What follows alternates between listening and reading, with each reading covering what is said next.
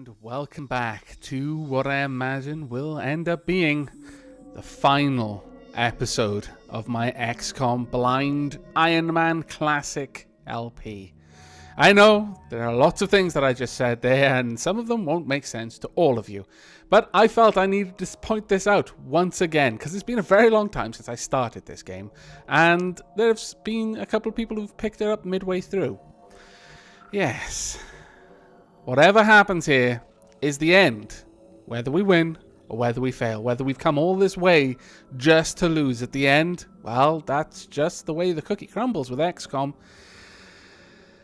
I'd like to say it's the journey that counts, not the destination, but there'll be a very big part of me that will rage so incredibly hard if we fail at this point. But I will pretend that I don't mind that much. On the inside, I'll be crying. Crying tears of blood. Nerves. Okay. Right, so we've got some ethereals and possibly some mutants. Well, definitely some mutants in here. It is time for us to find out where they are, really. I'm not sure the best way to do that. I could rush them, but I don't really want to. Have you got anyone who's got ghost armor? We do. I could use ghost armor, get all the way inside. Though that might be silly. How about we move Jester and Mr. Aavak forward? Now, you two are the most likely to be able to repel a psionic attack. But let's just stack the odds a little bit more in your favor.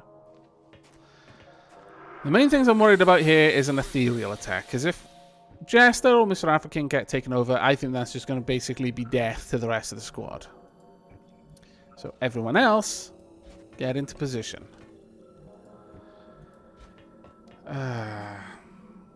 Let's hope that the enemy will come to us, and that we get an opportunity to take them out. The worst thing would be if they come in and drop one of those crazy rift things on our troops and kill most of them. I really hope that doesn't happen. Okay. Nothing yet, eh? Very well, I can accept. Alright, how about you? Can you stop? Oh, wait. Okay. Alright. Oh, hello.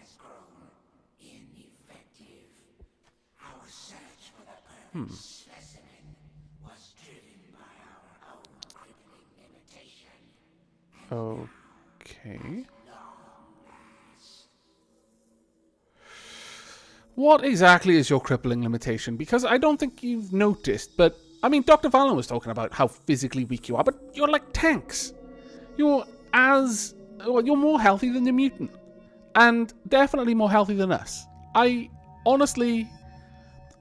This is just lies and silliness. You are not weak. You are incredibly dangerous to us. Now, I can either go for you. Ooh, 86%.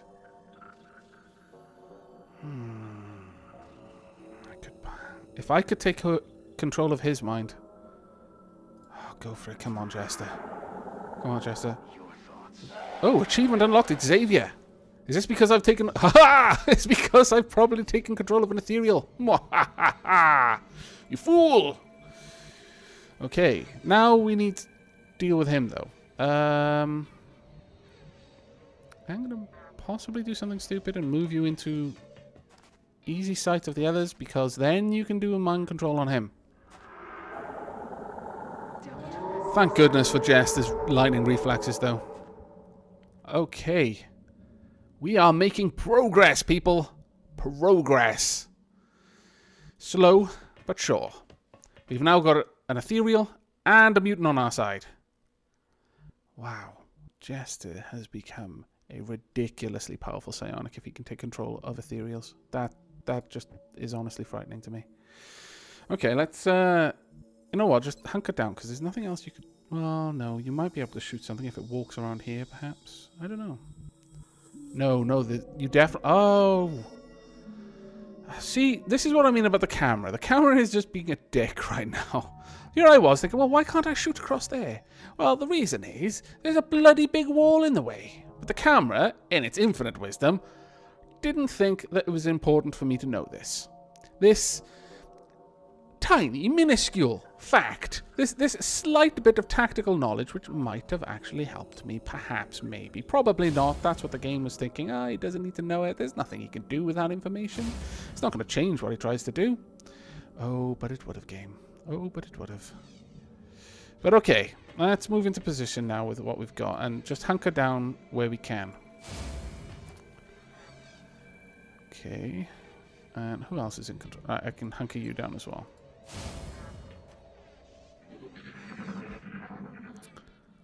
Okay. Uh-oh. What are you going to do? What are you going to do? Ow, get off my ethereal. I wonder if an ethereal could mind control something else. I could only hope it could. Oh. I liked him. His name was Dave. There's two of them. This could be bad. Who are you going to shoot? Please, no. Oh, damn it. You. Shut up, you. Okay, what have we got? What crazy powers have you got? Let's have a look. Mind control. Mind control units are under the enemy's control. Yes. Mind fray. Use psi ability in combat. Blah, blah, blah. Cause target. Inflicting penalties. Well, do 5 base damage. Robotic units are immune. Last 2 turns. Lasts 2 turns. Okay. Rift. Devastate an area with a storm of psi energy. Psi lance. Project a bolt of pure psi force at an enemy. Mind control. Very difficult psi technique that, if successful, grants control for 3 turns. Psi drain. Drain health from an ally. Oh. Now, I could possibly mind for you. Can I mind control you? This target is already psi-linked. Oh, maybe I can't then. That's a bit of a pain. Well, instead then, how about I try and get rid of you two? Oh, hello. Rift. How about this? Hey? It's going to be awesome. You'll love this when it goes off. Trust me. Right, there we go. That's about right. Wow, it does very little damage to them. That's not good. Right. That's... I could rush Jester in, perhaps. I could get him there. But he's quite badly wounded. That's not good times.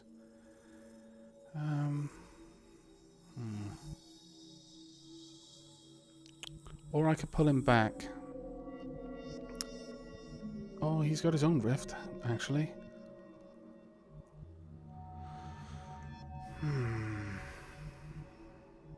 African could charge it. Okay. Okay, this is going to be stupid, but I'm going to move him in. I'm going to try and use rift to hurt him and him. Actually, maybe I'll go over here to do that. Okay, come on then, Jester. Do your crazy thing. You know you want to. It's going to be awesome. Yes, I know it's going to hurt the one I'm controlling. I'm fully prepared for this. Oh, wow. Jesters did a lot more damage. Right, Afro King. Now, this is really important, dude. Don't let us down. Please be able to mind control him. You are also buffed. Mind control. 79%. Come on. No? Target is immune to mind control? Sod it, is he? We've... Okay, well, that'll do 5 damage. Or we could shoot him. Okay, who else can get in here? You can. You've also got a rocket. Can you... Ooh, you can. Ooh, that might do quite a bit of damage. Yes. You'll kill the... Yeah, go on then. Please don't miss this. It's a really important shot. Fantastic. Okay, that's one down. Okay. Let's get our troops in position then. I could suppress or I can just shoot him. Yeah, just go for the shot. Okay, he's close to death. This is one down. There'll still be another one down there, though. It's still not that great, but... Okay, go for a Mind Fray on him. Oh.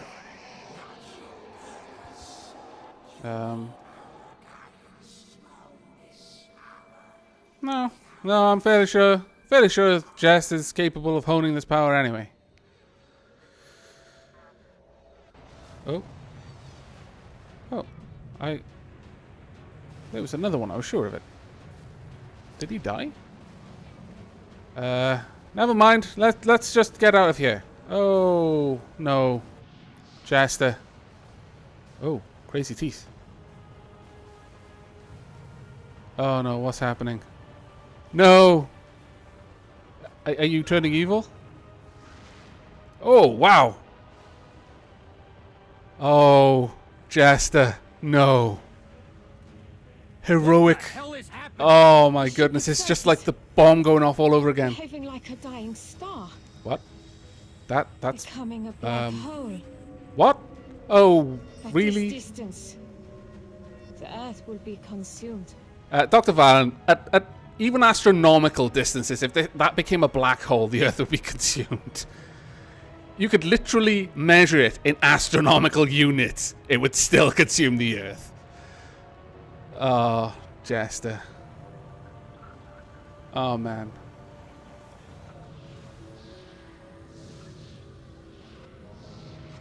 What are you doing? Oh, wow, your jawline looks kind of ruined, dude. Central, I'm bugging out. The package is not on board. Waited as long as I could, sir. Not long enough, really. Sir, I think you should have the hung alien around. ship is in motion. What direction? What direction? Up. Okay.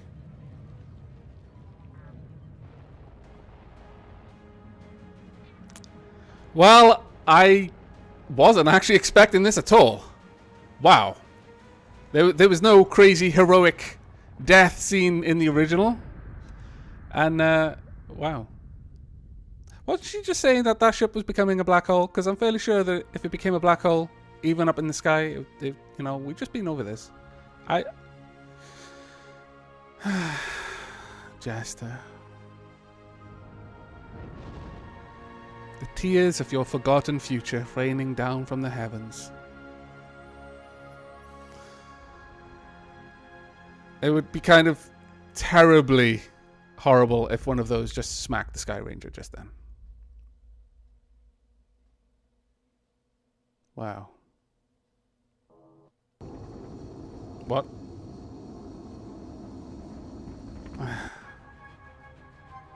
Oh, okay. It's just thrown us back. That little bit jarring. Okay. We just unlocked a load of things that I wasn't paying attention to. Second wave is coming. New custom gameplay options are now available for your next game of XCOM Enemy Unknown. Select the second wave option on the difficulty menu to access new features. Because you are awesome and you have completed the game. Victory! Classic difficulty. Overall score. Me, 20,181. World. I hope that's not an average, because otherwise I've really underperformed. Days until victory, 337 days. World. Wow, I think that is an average. Man. Damn it, Jester. You failed me. Although at least we completed it faster than the average. Though we had less battles won. What? I refuse to believe that the average battles lost in this game is 0.33. I refuse to believe that. Can't possibly be true. At least not on this difficulty level. Come on. Aliens killed. We killed slightly less than the average. Soldiers lost 20. Oh, come on. There must be some crazy save scumming going on for that to be possible. They can't possibly be playing Iron Man mode to just be doing that well. I refuse to believe it. Funding countries, yeah, we had quite a lot less than most. That I can easily believe. Countries lost more than most. Again, if I'd known about bloody engineers and satellites, that would have been a lot lower. Days until the alien base is cleared. Oh, we cleared it a lot faster. Like 20 days faster. Yay us. Days until the ethereal device recovered. We completed that about 7 days earlier. Yay us again. Days until psionic soldiers discovered. 194 days. We completed that significantly sooner. Wow. We are awesome. But Jester, why did you have to kill yourself? Couldn't you have just, like, you know, been on the Sky Ranger and done that? It's Jean Grey all over again.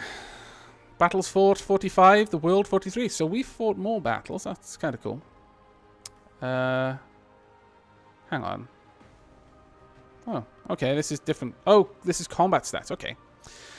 Battles won. Yeah, we've seen that and that. Aliens killed. We've killed 473. Oh, I think we saw that one too. And that one. Are you going to give us anything new? Okay, average shot.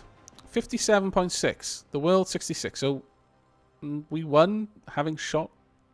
Average shot percent? Oh, the average chance of hitting them, I imagine that is. We didn't do too bad, considering we had lower than average. Average damage per shot? What? How? How is that even possible? That can't possibly be true.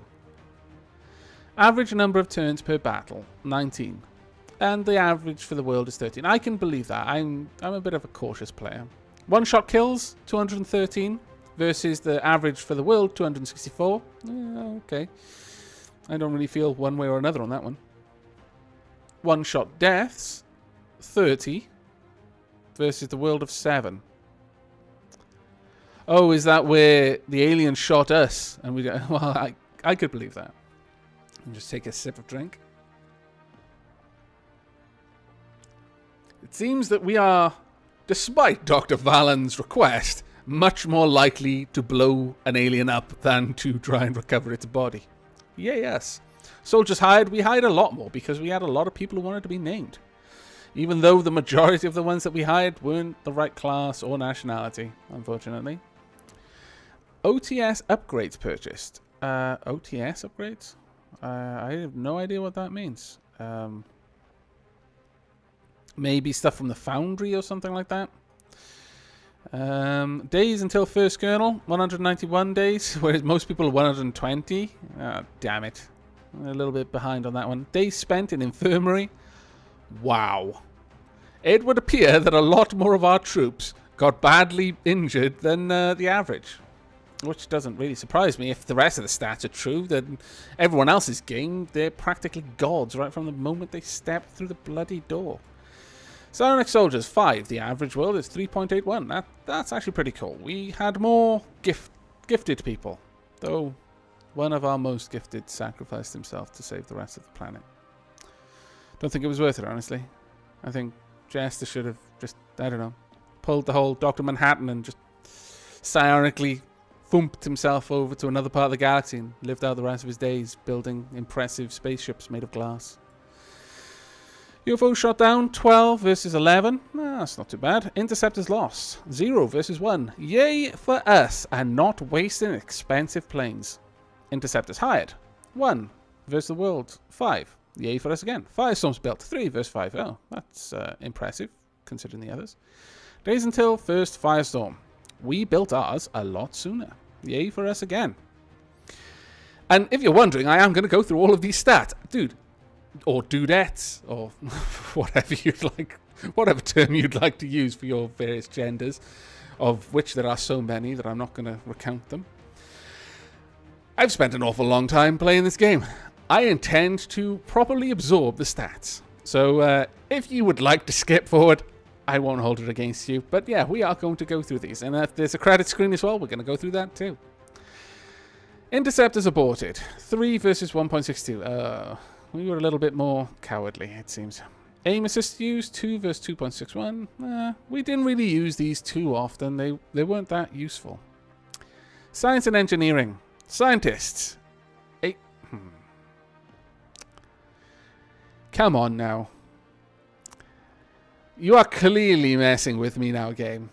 Either that, or an obnoxious amount of people hack like in ridiculous ways. Maybe it's something to do with the second coming or something like that. But that's just, there's no way. There's literally, and this too. We had 54 engineers. Apparently, the average of the world is 285,915.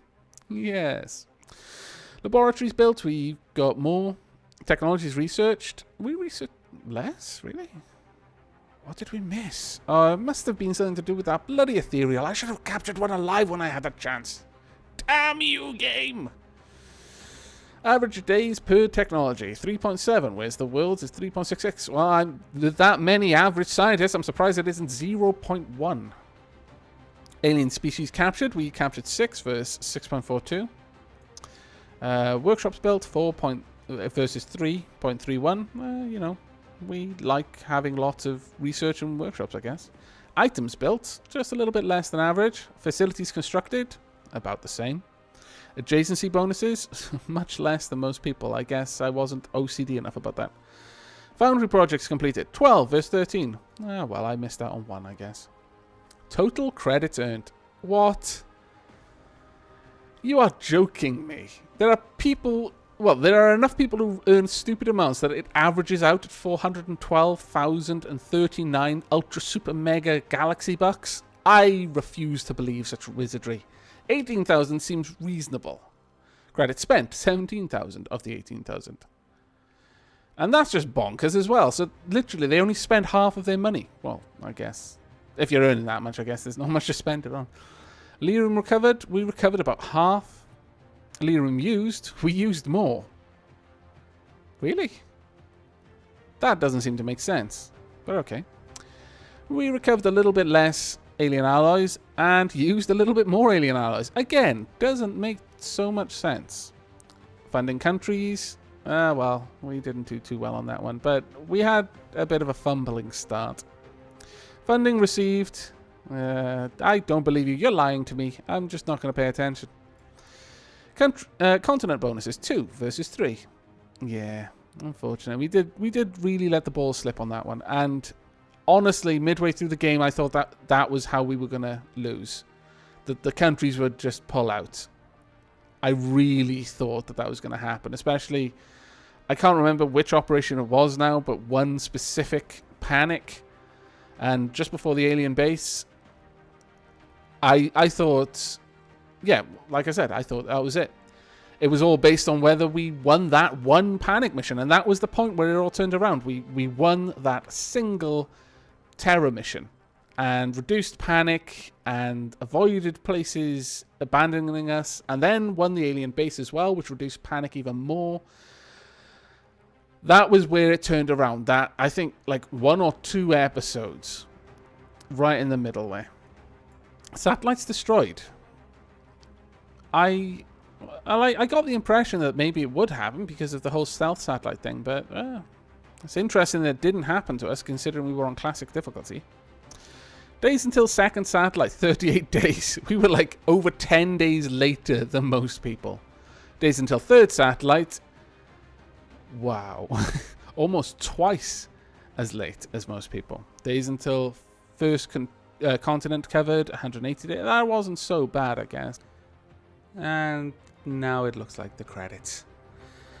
Oh well. All good things must come to an end, I suppose.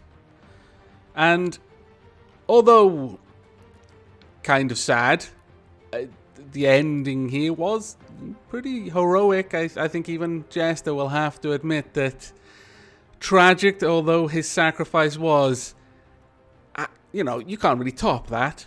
Killing yourself to save the entire human species. Not just the needs of the many outweigh the needs of the few. The needs of the everyone else outweigh the needs of this one. You know, Spock would be proud, I think. Jester would earn Spock's recognition, maybe even some congratulations. Yeah. But that is it. That is the end of XCOM. Wow, what a journey this has been. 81 episodes. I had no idea it was going to take this long. Not that I'm complaining. I have enjoyed every tension mounting moment of the entire playthrough. And as I've mentioned, several points, I thought it was going to end in failure. So the fact that we've actually gotten here, as awesomely tragic as this ending is, I couldn't be happier, really. Well, except if Jester hadn't blown himself up. But again, we've already covered that. That was kind of awesome. So, in all, well done, Firaxis. You have really made a good sequel. I mean, there were a few bugs along the way, a few almost Let's Play ending glitches, but most software these days has bugs, unfortunately. But in terms of the game itself, well done. Right at the beginning, I mentioned that some bold moves. You changed some of the core parts of XCOM, and I wasn't sure how that was going to play out. I mean, certainly graphically, there's no comparison. This completely blows the original XCOM out of the water, but doing away with time units to instead have the two move system, to getting rid of the ability to send your troops in with their own equipment, to only having 6 people in a squad, these were really big changes to the original formula. I mean, it was kind of going in the same direction still, but you changed some pretty important variables, and I think for the most part it panned out all well. You did a good job. I had fun, a lot of fun, and this is coming from someone who has religiously followed the XCOM franchise up until Enforcer. We're just going to pretend that one didn't happen. But yeah, I know I've read a couple of reviews, and people have had their complaints, and throughout the game I can be quoted saying that it's kind of arsey that I couldn't shoot at something I knew was there. I couldn't just have my guys just sort of pepper an area in bullets, knowing that the alien was in cover there somewhere, and you know, on the odd chance that we might actually hit him. But overall, yeah, you could live with them. You could see why they made those changes. You could see what they were trying to encourage in the play style, and it was a choice. They were clearly trying to encourage a very specific kind of playthrough. By forcing you to choose what sort of armament you sent your troops with, and to narrow down your options in how many troops you could bring, they really did force a more chess-like experience on the game, I feel. Whereas the original XCOM certainly still has grand strategy, there wasn't quite the sort of importance on every decision you made. Whereas this one really did bring that home. You know, you not take the grenades when you really needed to, and there's no way of you knowing ahead of time whether you were going to need grenades or whether taking that arc thrower would be the best thing. But it could throw things out, so it really did force you to try and think strategically in what sorts of situations are the most likely for me to face, and I'll have to just kind of plan for those. There were a few things outside of the sort of core mechanics, little niggles, like for example the fact that in the Earth of the future, though I think this one isn't particularly in the future, but yeah, everyone in the entire world has learned to speak English, and has learned to speak it more or less with an American accent. Well done. I mean, really, couldn't Firaxis have gone that little step further and actually got at least some people who could fake an accent to do the accents for the various countries? I mean, I guess they may have made a rod for their own back by having so many countries available for the soldiers to come from, but you kind of notice it wasn't there. It's one of those things where if they hadn't done it at all, if they hadn't put nationalities on the soldiers, that would have been fine. You wouldn't have really missed it. But when they did put the nationalities there, it kind of signed them up to an obligation to go the full hog, you know, to go the whole mile. And they dropped the ball there, I feel. And it was a recurring sort of annoyance all the way through the game. I'd have people from vastly different countries, different continents, where some countries where English isn't even that common, much less a second language, and yet everyone had exactly the same accent. You know, they didn't just stick a flag on the back of the soldiers' armor. If that was the extent of their nationality kind of visualization, you could perhaps have ignored it. But instead, they gave them racial options in your sort of character creation, in your customization of the characters, I should say. And that all brought that out. But, like I said, those are niggles, really, compared to the overall game experience. And, yeah, pretty awesome, I think we can all agree. I'm going to be sad to see it go. I've got plans of what to do next, but for now, I'm probably going to take a little bit of a break. Maybe not a very long one. Like I said, I have got plans. There are a few games in the sort of similar vein that I wouldn't mind tackling as a Let's Play, but I think I'm just going to sit back and absorb the after Earth securing victory glow of defeating this game, not just on a high difficulty level, not just on Classic, but in Iron Man and pretty much blind, mind you. Almost lost because of that last point on several occasions, but we'll just forget about the whole engineer satellite debacle. We'll blame her on someone else. We can't blame her on Dr. Shen. No one would believe that Dr. Shen would make such an obvious mistake. I think we'll blame Central Officer Bradford. Yeah, he looks like the sort of person who'd charge forward, just assume that engineers would be able to build something, they would just take them longer. Yeah, damn you. And has anyone else noticed that he and the two guys who are flanking the sort of heads-up display in the middle of this room are all doing exactly the same thing? They're doing it at different times, but I can see them.